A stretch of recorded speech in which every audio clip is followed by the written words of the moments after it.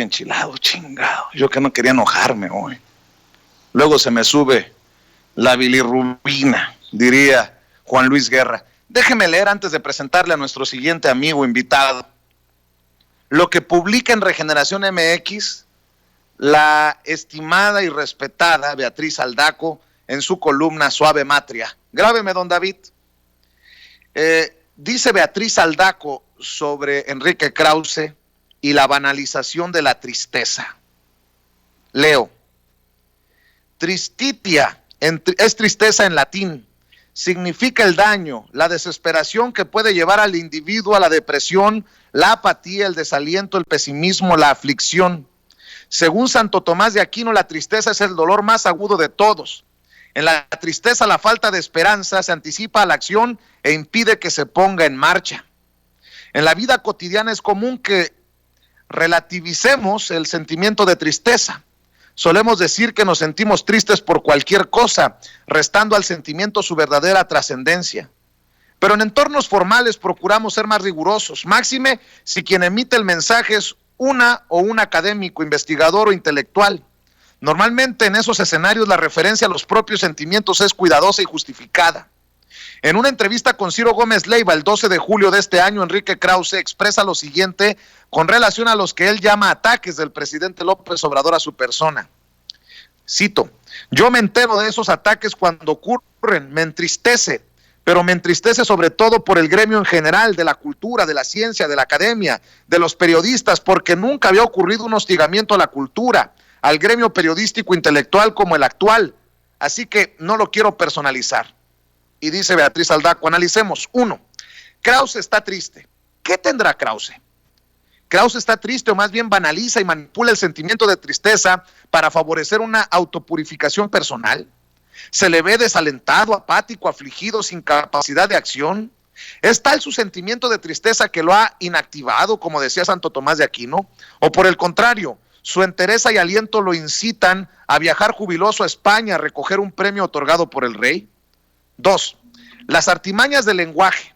La cultura mexicana soy yo. En la entrevista, el historiador urde artimañas del lenguaje para atrapar a los incautos y congraciarse con sus aliados. Traslada los ataques a su persona a la totalidad de los gremios de la cultura, la ciencia, la academia y los periodistas. Me entristece sobre todo por el gremio en general, de la cultura, de la ciencia, de la academia, de los periodistas. Es decir, convierte referencias personales y precisas en colectivas y generales. Creo que si se le cuestiona a él, se hace con todos los miembros de la cultura, la academia, la ciencia y el periodismo, pero va más allá, pretende hacer creer que los ataques a su persona están dirigidos no solo al gremio periodístico intelectual, sino a la cultura, hostigamiento a la cultura, dice. Se siente pues representante de la cultura mexicana, dueño de ella. 3. Hipocresía.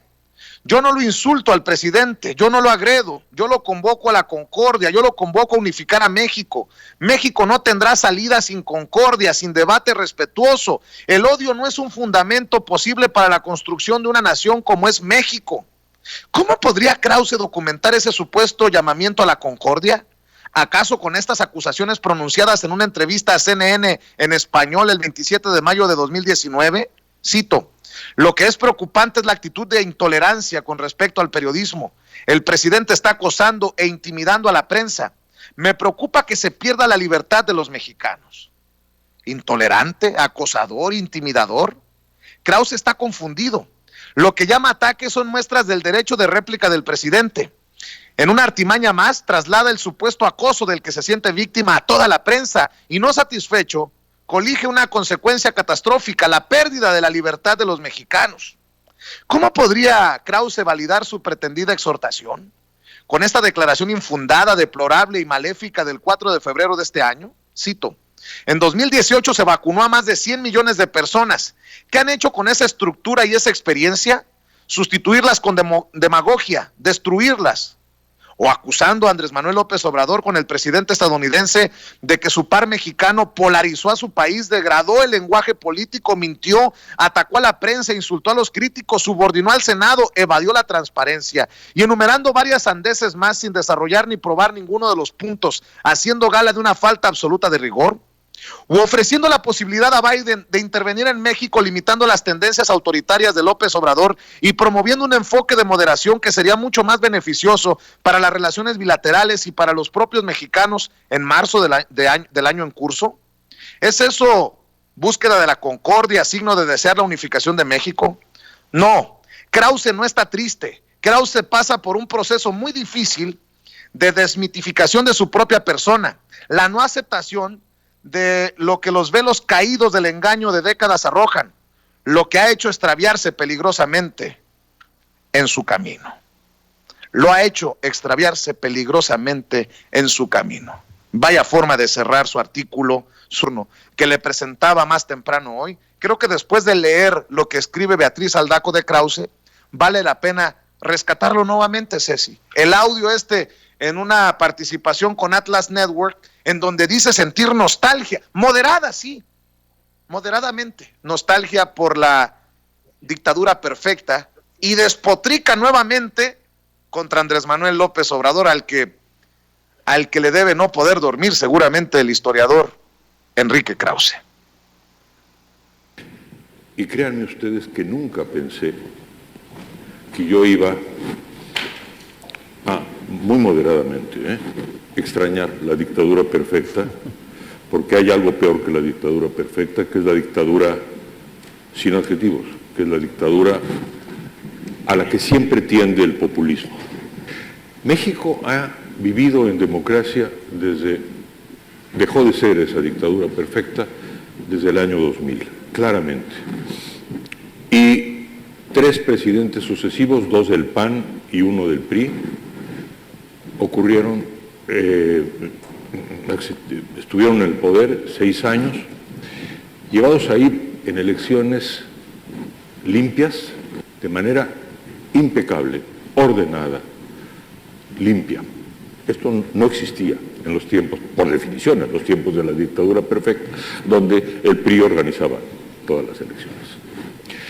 Pero ocurre que llegó al poder, como ese libreto populista, el caudillo, el candidato eterno, desde el año 2006, a quien que tiene unos rasgos no solamente populistas, sino una especie de aura mesiánica que lo rodea y que lo volvió muy popular, Andrés Manuel López Obrador.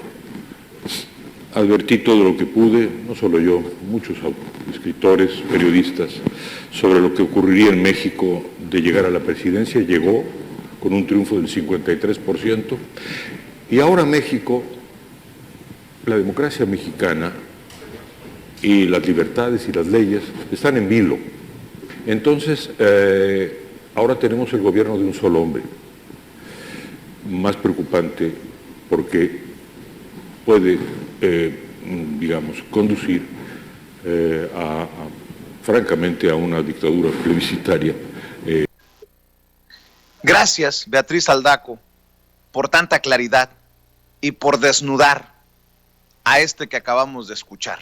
Enrique Krause, el nostálgico, el triste, el mezquino, el odiador de López Obrador, y el que no entiende que esa dictadura plebiscitaria es otra más de sus estupideces. Déjeme